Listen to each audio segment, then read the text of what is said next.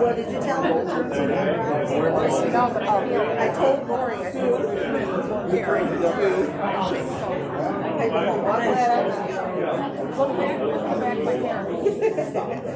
What? No, I'm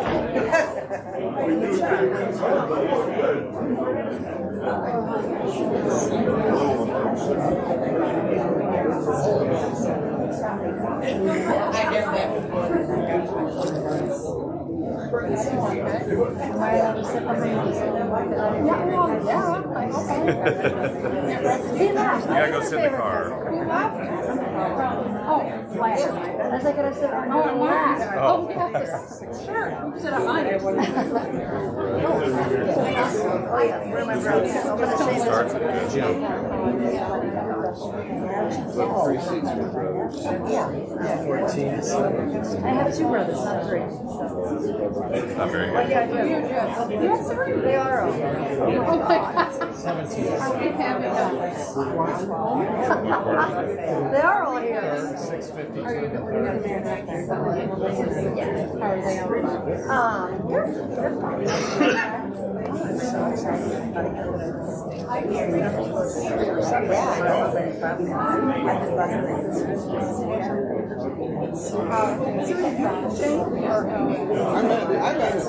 well, I know, but we didn't know it's going to be a little She has some help. change up. She's doing better. Yeah. Put your phone silence. Mom, put your phone silence. You don't have alarm.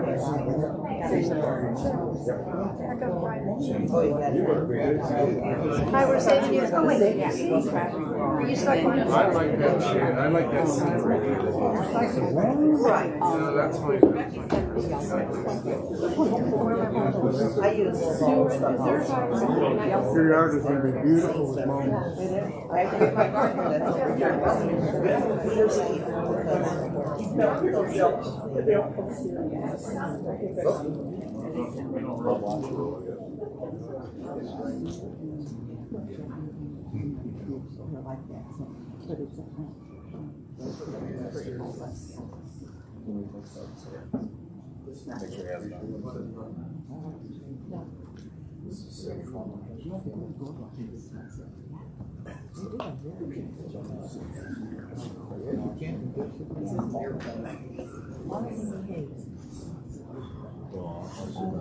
Mike, you can you guys.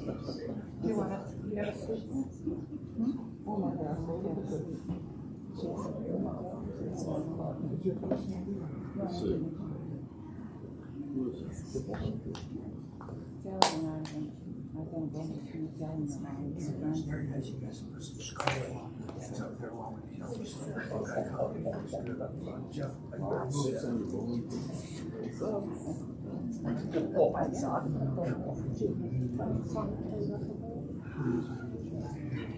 I see. That's why I took a picture. I have some different words that sounds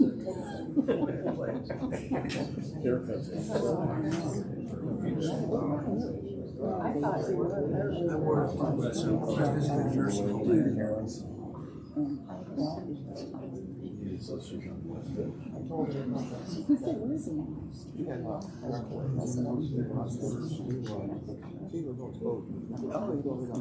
Let's get the big job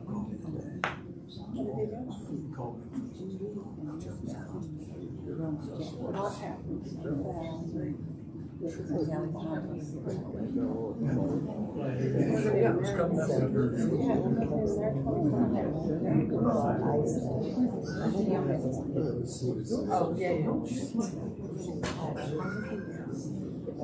What Friday is it?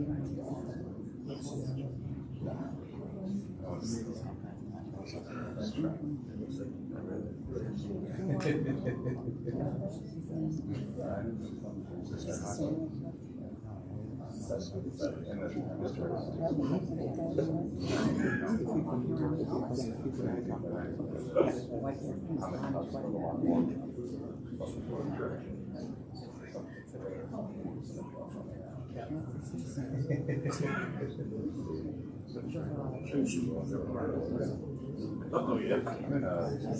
Yeah.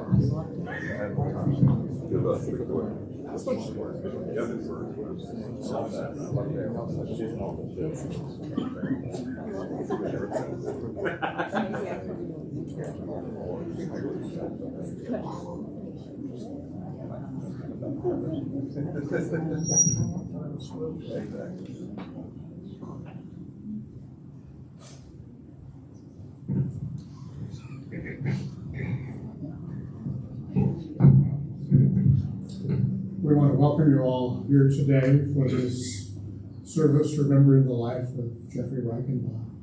At this time, we'd ask you all to silence your cell phones, put them in the silent or off airplane mode position so as to not interrupt us during the service.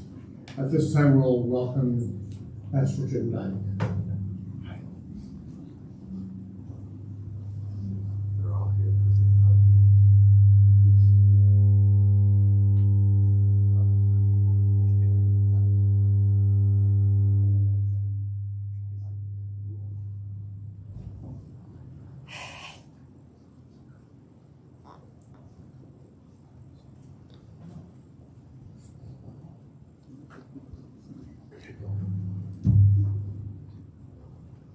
Well, thank you everybody for being here.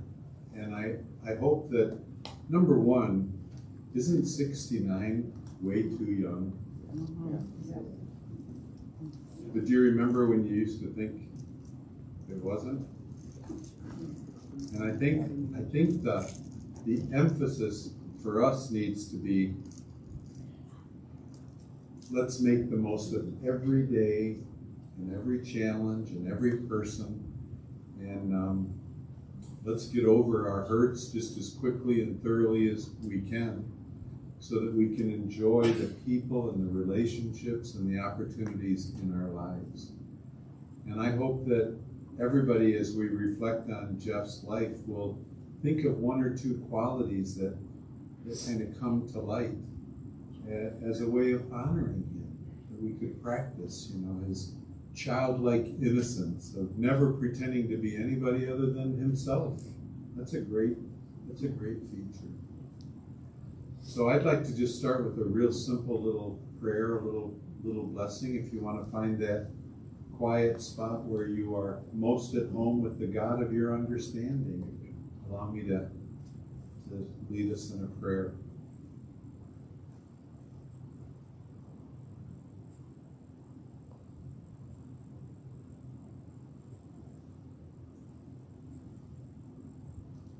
Well, dear God, we gather really just to celebrate Jeff's life.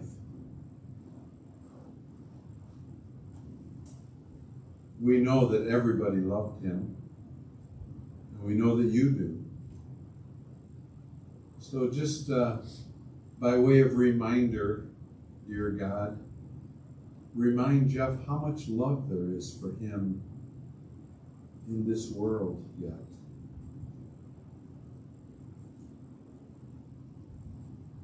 We ask a blessing for us all, but in particular for his family.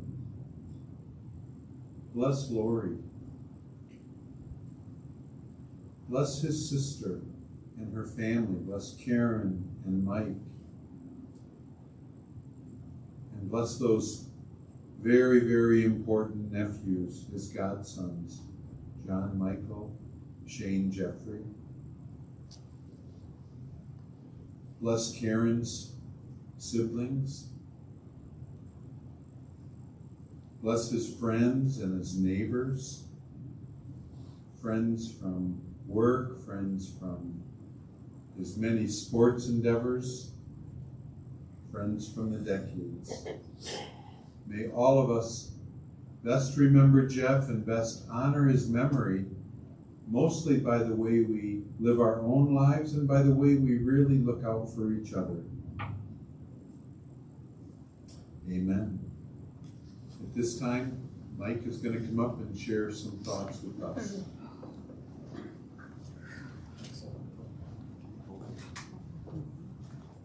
I hope I get through this well. Please bear with me if I don't. Good afternoon, everyone. My name is Mike Dugan, and I'm married to Jeff's sister, Karen. I'd like to thank you all for coming today for Jeff's life celebration for Jeffrey Robert Reichenbach. When someone very close to you passes away, your whole world stops. Then you want it to stop for everybody, well, because you're hurting so bad. But it just keeps turning. And we have to learn to grieve in our own way and move on with life. That is hard for us right now because we have a huge hole in our hearts. Today I would like to let you know the Jeff that I know. I met Jeff 41 years ago. I had been dating Karen for about a month, and Karen wanted me to meet Jeff. So we set up a time and we went over to his apartment and we were sitting on the couch waiting for him to get home from work.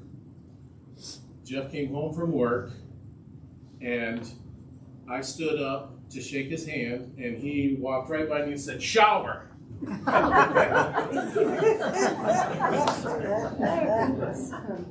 15 minutes later, he came out of the shower in Michigan shorts and a Michigan t-shirt. And he he told me right up straight front, "I don't like you." And I said to him, "Why don't you like me?" And he said, "Because you're not Tim." Tim was Karen's previous boyfriend. So we talked for a bit, and he asked me what teams I followed. I said, "I'm a Michigan fan." He said, "I like you." But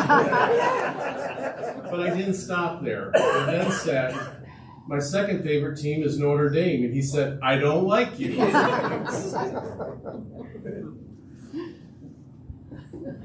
Needless to say, we became great friends, best friends, for the next 41 years. Jeff and Lori have been such a big part of my family's life over the years. They went to my son's school programs, church programs, parties, swim meets, Cub Scout meetings, baseball games. So we asked them if they would be our godparents for our sons, and they readily agreed that they would. Our youngest son, as already mentioned, his middle name is Jeffrey after Jeff. That was an honor for him. Jeff was probably the biggest Michigan fan I ever met. He was Michigan. I would call him up and ask him what he was doing.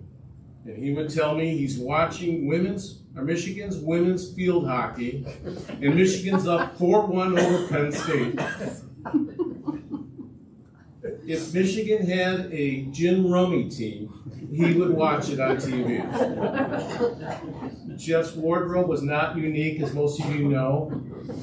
95% of his shirts were Michigan. 2% were Detroit Tigers, 2% Detroit Red Wings, and the last percent was whatever Lori could get him to wear. I am wearing this shirt today from Jeff's personal collection. The night Lori and Jeff met, it was so unusual. There was too many things that had to line up for this to work out. Lori was with one of her friends at the mall, and she was stuck there because there was a tornado warning. So they missed her movie that she was supposed to go to. She had another friend that was going to a dance bar that night, and so they decided to go to the dance bar. Sitting at that table was my sister, and Karen had made me take Jeff out that night to the dance bar. Jeff had never been to the dance bar before with me or after with me than that night. But somehow Jeff and Lori met each other. They danced the whole night away. Of course, Jeff had a lot of refreshments, and they had a great time. And the next day, Jeff asked me, he said, "What's Lori look like?" Jeff told me he couldn't kick her out in the police line if they had to. He said he had a great time, and he got her phone number. And he was so excited about that. Lori later told me that she knew that night that that was a guy that she could really live with. Jeff was a guy everyone who met him liked him. They loved his humor. I remember one time at work, I've heard this story, I wasn't there, but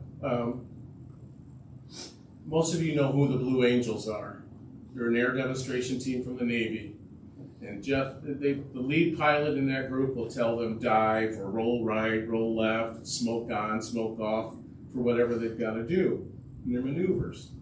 And Jeff had a picture of a Blue Angel plane on his desk. And the girls in the office went up there and said, "What's that picture for?" And Jeff said, "Well, I flew with the Blue Angels." Well, the girls were a little skeptical, and they ran to Lori's desk and asked Lori about it. And Lori laughed and laughed and laughed and said, "Jeff was never in the military, and Jeff's afraid of flying."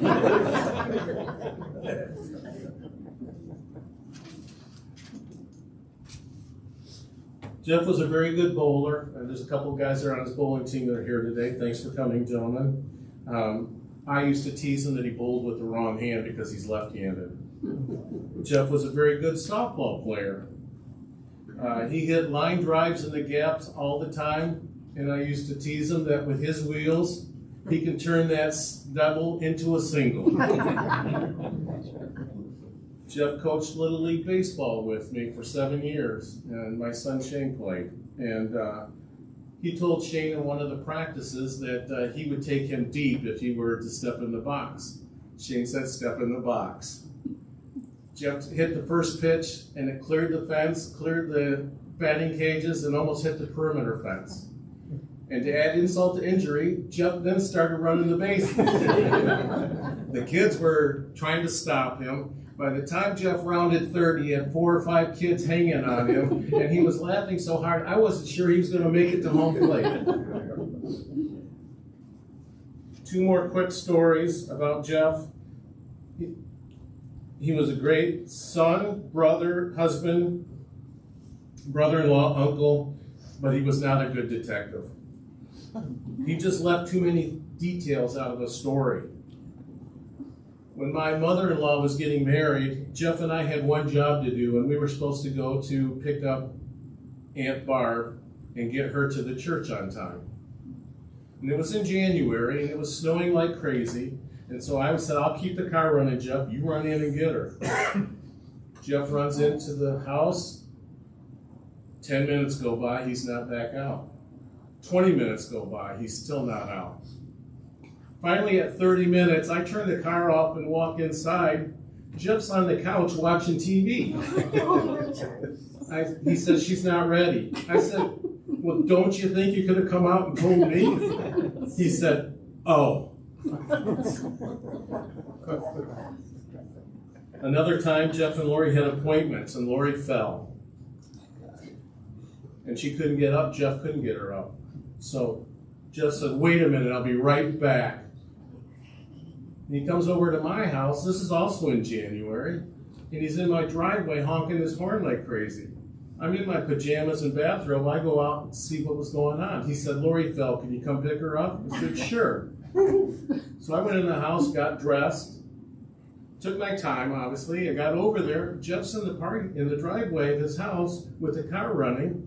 So I go up there and says, "Where's Lori?" And what room in the house is Lori in? He says, "She's not. She's over there in the snowbank." I said, "Jeff, don't you think you could have told me that? I could have got here sooner." He said, "Oh."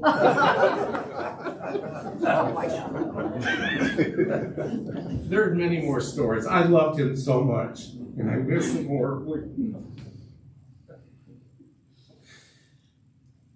But now I'd like to talk about the woman that Jeff loved.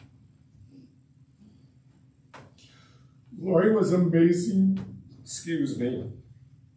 amazing woman and wife. Jeff was so blessed to have you. Over the last 2 years, they went through a lot with the health. Lori would go up to the hospital or the nursing home or the rehab center almost every day and sit for 6 to 8 hours. Sometimes just watch him sleep or to watch TV.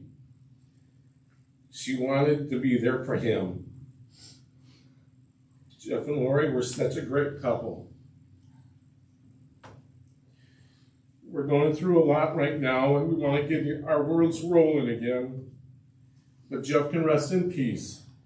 We've got Lori. She's family. Thank you. Perfect.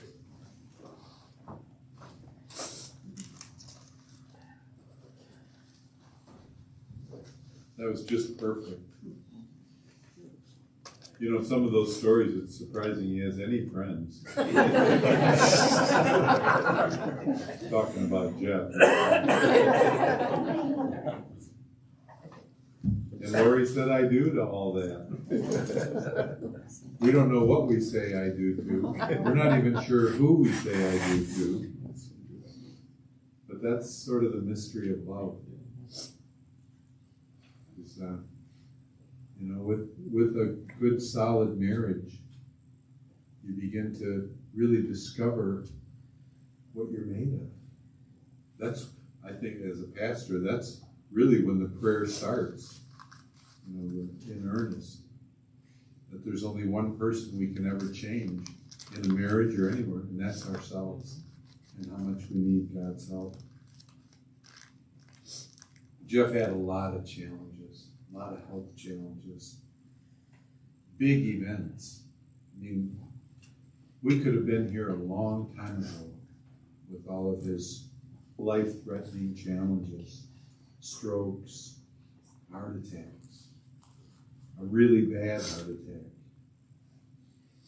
back surgeries that just didn't go well, even the fluid on his brain. It just is, and then all the remedies, the medical technology that got in there to help. But you'd be hard pressed to find a man that wanted to live as much as Jeff. I don't think he was afraid to die. His dad died so young. And Mike could have mentioned that it was Jeff that walked, Karen up the aisle at their wedding. And that's full circle from their initial meeting, all the I don't like you, to it's pure love from Jeff. All dressed up in his quirky humor. Jeff was born in Kalamazoo, older by far than Karen. They've always been close. His mom and dad, their mom and dad, intentionally planned their children's birth so far apart so that their wonderful mom could focus 100% of her attention on raising their two children. And she did an incredible job. Raised the kids out in Cooper Township, Plainwell schools. Even as a kid, Jeff loved sports of any kind, and through life, he loved his sports. He loved being a kid through life too. Not only did he love sports through life, he loved being a kid through life. There was this childlike spirit that always kept going, and it endeared him to an awful lot of people. Jeff and Karen's dad died really young, in his 50s. His mom lived to be 86, and to tell you that they're so close, they all lived in all three families in very close proximity in the Millwood area. Mike and Karen, Lori and Jeff, and Goldie, all in Millwood, very close, geographically, but also emotionally. Love. They've always been extremely close to each other. Jeff was a really good bowler and a baseball player and softball. He was really good with the line drives. And as Mike says, couldn't get to first very fast, so he better hit it a little further.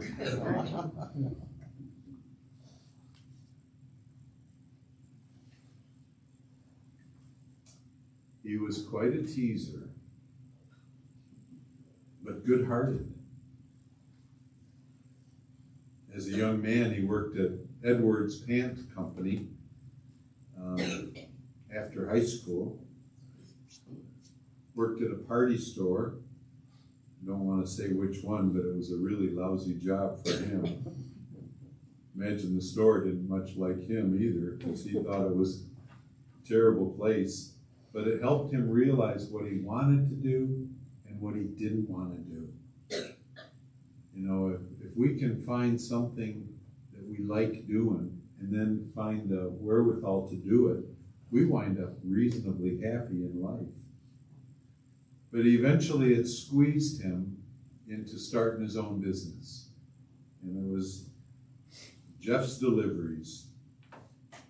He was his own boss. Thank God for Lori. Jeff loved his life. He loved everything in his life, as a matter of fact.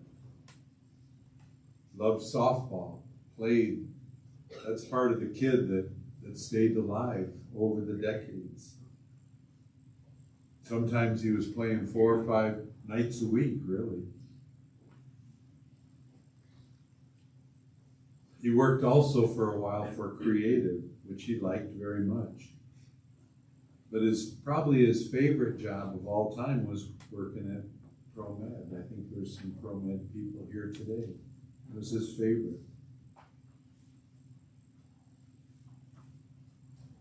In this front row, Jeff leaves a huge void behind him. And the world that we live in is probably going to stop asking you how you're doing by about Monday. So just look around this room today and realize that there is not a better way we're going to honor Jeff's life than by looking out for his loved ones. And not just at holidays and anniversary days, but through life. They got married at St. Luke's. It was a great day. Honeymoon up to Traverse City and on to Mackinac Island, a great honeymoon destination for a lot of people. But they took lots of trips together over the decades to many, many lovely destinations. Around Michigan especially, chasing some of the schedules for his ball games as well. He got kind of fond of Frankenmuth. He was able to adjust to Lori's likes because he liked the restaurants, those German restaurants, and Lori liked Bronner's and the gift store. And they had the best of both worlds in those moments. He loved being your godfather too, you and your brother. And I know that with his humor, you never had to question the depth of his love, that he would do anything. In a sense, sort of opened the door where he became almost a second dad for these boys. Very close, very close. I have a little poem I'd like to read to Jeff on behalf of you. It says, somehow, dear Jeff, our lives will go on without you. But as you know, nothing will be the same. In fact, we hide our heartache today as people speak your name. Sad are these hearts that love you, and many the tears that fall. But living our lives without you is the toughest part of all. You did so many things with us. Your heart was joyful and true. And whenever we needed somebody, we could always count on you. But those special years will not return when we were all together. But with your love that's in our hearts, somehow you will walk with us forever. And I have a couple of scripture verses that I would like to put on Jeff's heart and just use it as a blessing for us. From Philippians, it says, I want you to be happy. What I want is your happiness. So make it as clear as you can to everybody in your life that you're on their side. And don't worry. Instead of worrying, pray. It's a wonderful thing that happens when God replaces worry at the center of our hearts. So from now on, think of the best, not the worst. Think of the beautiful, not the ugly. Think of things to praise, not things to curse. Do all these things, and God, who makes everything work together somehow, will work each of us into his most beautiful blessings. Started out by saying 69 is mighty young. Life goes so fast, and we don't have all that much time, really, to gladden the hearts and to lighten the load of for those people who walk through life with us. So let us promise to be swift to love and to smile and to make haste to be kind. And as we leave this holy place on this holy day when somehow heaven and earth are actually touching, may the grace and the peace and the love and the joy, the hope and the healing of the Holy One who is God, who's in the midst of us all, be among us now in our hearts this day and always. Amen.